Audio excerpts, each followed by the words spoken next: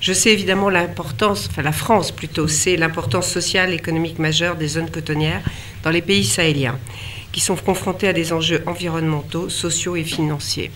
Vous savez qu'entre la France et le Mali, mais également entre la France et l'Afrique de l'Ouest, la filière coton, c'est une grande et vieille histoire, puisque nous avons toujours soutenu la filière au Mali. On soutenait le prix du coton auprès des producteurs, ça c'était dans les années 90, et je me souviens de luttes épiques avec le FMI à ce sujet. Aujourd'hui, on n'en est plus là, les filières ont été restructurées.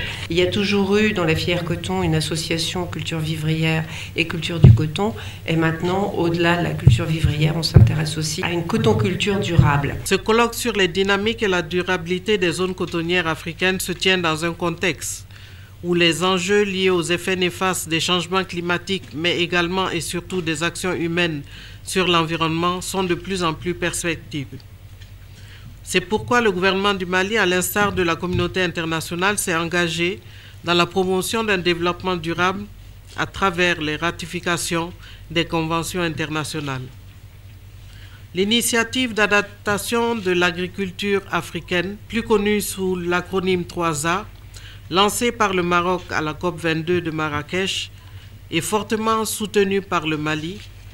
L'initiative 4 pour 1000, lancée par la France à la COP21, met tout en exergue la place de l'amélioration de la fertilité des sols et la maîtrise des eaux de surface parmi les éléments d'adaptation au changement climatique. À cela, je voudrais rajouter l'Alliance globale pour les terres arides qui a été lancée au Qatar il y a quelques jours. Toutes ces initiatives offrent aussi des opportunités pour atteindre les objectifs du développement durable. Le Mali s'inscrit donc pleinement dans toutes ces démarches. Je crois l'intérêt pour le Togo en fait de participer d'abord au niveau scientifique, ça permet donc un échange entre les différents acteurs, mais l'intérêt donc pour la filière, c'est de venir partager avec les autres chercheurs des résultats et des acquis au niveau de la recherche donc de la sous-région. Pour l'accroissement de la productivité cotonnière au Togo, on s'est intéressé à améliorer en fait la résistance donc des variétés aux principaux ravageurs qui sont actuellement apparus, notamment les piqueurs-suceurs. Et donc, nous avons fait des présentations en fait, sur l'importance ou l'intérêt des lignées isogéniques dans l'amélioration de la lutte variétale.